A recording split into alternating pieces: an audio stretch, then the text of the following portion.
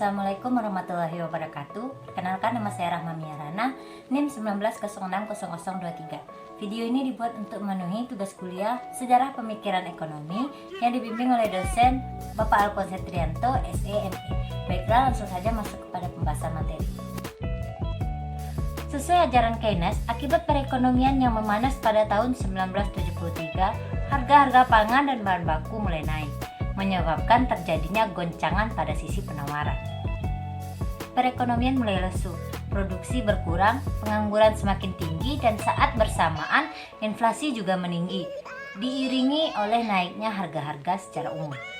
Kesimpulannya, aliran monetaris memang pernah berhasil meyakini orang bahwa stok uang sangat erat kaitannya dengan aktivitas-aktivitas ekonomi.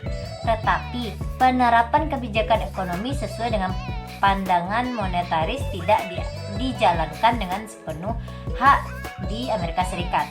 Yang pertama, tokoh-tokoh aliran sisi penawaran. Menurut Harold M.C.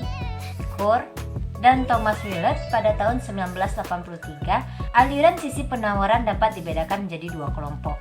Yang pertama, kelompok utama, dan yang kedua, kelompok radikal. Kelompok aliran utama diwakili oleh Martin Feldstein dari Harvard University dan Mircea Bosky dari Stanford Univ yang menekankan perlunya insentif pajak dalam memacu pertumbuhan ekonomi lewat dampaknya terhadap tabungan dan investasi. Kelompok aliran utama banyak menganalisis dampak perubahan pajak terhadap penawaran laba serta dampak program keamanan sosial terhadap jumlah tabungan. Kelompok ini mengatakan pemotongan pajak akan membentuk dampak positif terhadap tabungan, investasi, dan penawaran tenaga kerja serta penerimaan total yang lebih banyak dari pajak.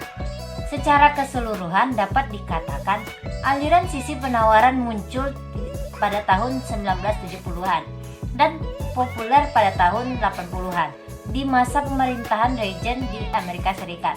Karena pandangan pakar-pakar aliran ini langsung dijalankan Reagan, maka pandangan ekonomi mereka juga sering dijuluki Reaganomic. Yang kedua, perbedaan pandangan Keynesian dan monetaris. Perbedaan lain yaitu jangka analisis. Kelompok Keynesian menggunakan analisis jangka pendek. Maka tekanan utama aliran penawaran adalah kebijakan pertumbuhan jangka panjang yang dilakukan dengan mempromosikan kesempatan kerja penuh dengan perubahan teknologi. Dalam hal ini, kelompok sisi penawaran mirip dengan kelompok monetaris yang sama-sama cenderung menggunakan analisis jangka panjang. Kelompok monetaris lebih suka menggunakan kebijakan monetaris dan kelompok Keynesian lebih suka yang menggunakan kebijakan fiskal. Robert A. Mordell juga dapat dikatakan sebagai peletak dasar-dasar ekonomi sisi penawaran, menawarkan penggunaan kombinasi kedua kebijakan fiskal dan moneter. Kebijakan moneter dilakukan dalam bentuk kebijakan uang kertas untuk membendung inflasi, sedangkan kebijakan fiskal dilaksanakan dengan menggunakan program untuk mendorong pertumbuhan ekonomi yang mandek sewaktu itu. Yang ketiga, program penurunan pajak dan anggaran penerimaan. Kebijakan dan langkah-langkah yang dapat dilakukan untuk mendorong kurva penawaran sebelah kanan dalam upaya mempromosikan peningkatan output nasional sekaligus membuka kesempatan kerja serta menekankan laju inflasi tersebut. Cara yang dianjurkan untuk ditempuh yang pertama, mendorong masyarakat untuk lebih rajin menabung. Sangat berbeda dengan pandangan kelompok Keynesian yang menganggap kegiatan menabung hanya untuk sekelompok orang.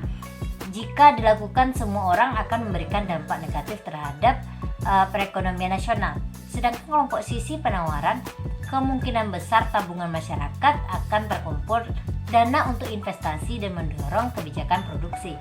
Yang kedua, menurunkan tingkat pajak. Produksi meningkat sebab orang terdorong untuk bekerja lebih rajin.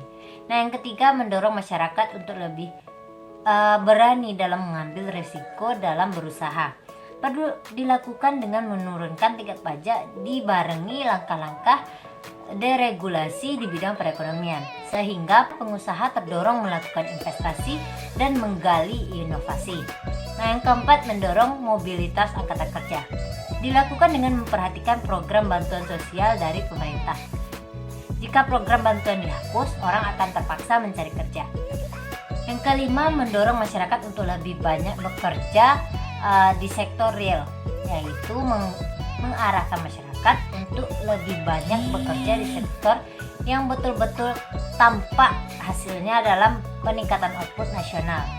Dari berbagai langkah yang disebutkan tersebut, langkah yang paling dikuasai dan sering diidentifikasikan dengan aliran sisi penawaran ialah langkah kedua, yaitu lewat program pemotongan pajak.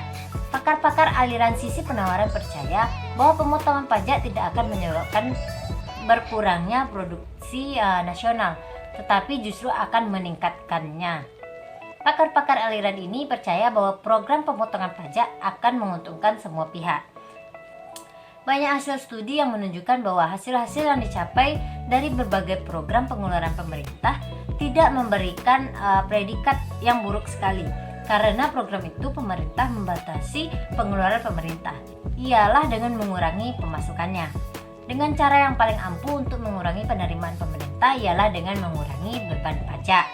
Kesimpulannya, pemikiran-pemikiran aliran sisi penawaran percaya bahwa dampak positif penggunaan dana sendiri oleh swasta terhadap peningkatan output nasional, perluasan kesempatan kerja, dan peningkatan kesempatan masyarakat lebih besar dibandingkan dengan keadaan di mana pajak dikumpulkan terlebih dahulu untuk kemudian dialokasikan oleh pemerintah untuk berbagai program pembangunan. Nah, yang keempat, diskusi. Teori-teori dan pandangan-pandangan aliran sisi penawaran cukup banyak dibahas. Pendekatan sisi penawaran lebih dianggap sebagai perkembangan dalam kebijakan ekonomi daripada teori ekonomi. Bahkan Dan Telbel dan Irving Kristol misalkan tidak memasukkan supply state economic dalam buku yang mereka suntik yang berjudul The Crisis in Economy Theory. Tidak lain karena pendekatan sisi penawaran ini tidak dianggap sebagai teori umum bagaimana yang ada pada teori-teori klasik atau Keynes. Nah, sekian materi yang dapat saya sampaikan. Sampai jumpa pada video pembahasan selanjutnya. Assalamualaikum warahmatullahi wabarakatuh.